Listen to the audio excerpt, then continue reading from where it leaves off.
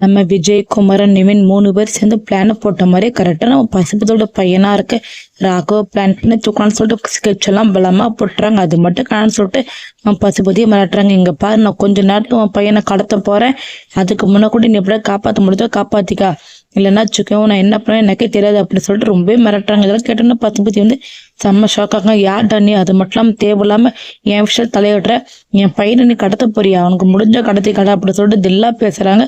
அது மட்டும் இல்லாமல் நீ யாருன்னு பார்த்துக்கலாம் அப்படி சொல்றாங்க. இதை கேட்டோன்னே விஜய், நம்ம நிவின், குமரன் 3 பேர் செம்மையா மாசா ஸ்கெட்சு போட்டு அந்த பக்கம் ராகவ கடத்திடுறாங்க.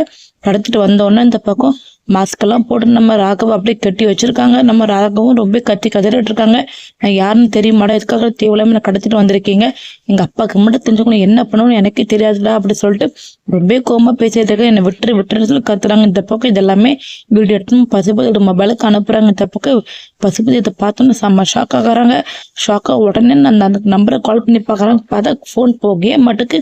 உடனே விஜய் வந்து ஃபோன் பண்ணி இந்த கடத்தினது யாருன்னு தெரியுமா, அது மட்டும் நான் விஜய் பேசுறேன் அப்படி சொல்றாங்க. இதை கேட்டோன்னு பசுபதிக்கு செம்ம கோவம் வருது. நீயாடா, அது மட்டும் உன்னை என்ன பண்ற மட்டும் நானும் போனா போதுன்னு விட்டுட்டு இருந்தேன், நீ ஓவரா சொல்லிக்கிட்டு இருக்க, என் பையனை கடத்துற அளவுக்கு போயிட்டதுக்கு அப்புறம் நான் சும்மா இருக்க மாட்டேன், பெத்துக்கிட்டு என் பையனை கடத்தி வச்சிருக்க அப்படி சொல்லிட்டு ரொம்ப கோவமா கேட்கறாங்க. அது நேரம் இந்த பக்கம் நிவின் சொல்றாங்க, நான் இங்கதான் இருக்கேன், தேவையில்லாம ஓவர் ஏதாவது பிளான் பண்ணேன்னு சொல்லிட்டு உன் பையனோட உயிரோடு விளையாண்டுட்டு இருக்காத, ஒழுங்கு மரியாதை சாரதாத்தியோட எங்களுக்கு பத்திரம் கைக்கு வந்தாகணும், அது மட்டும் கொடைக்கானல் வீட்டை எனக்கு எங்ககிட்ட நான் ஒப்படைக்கணும், அது ஒழுங்கு மரியாதை இந்த பத்திரத்தை என் கையில கொடுத்தா மட்டுமே அதுக்கெல்லாம் முடியும் அப்படி சொல்றாங்க. இதை கேட்டோன்னு பசுபதி செம்ம ஷாக் ஆகுறாங்க.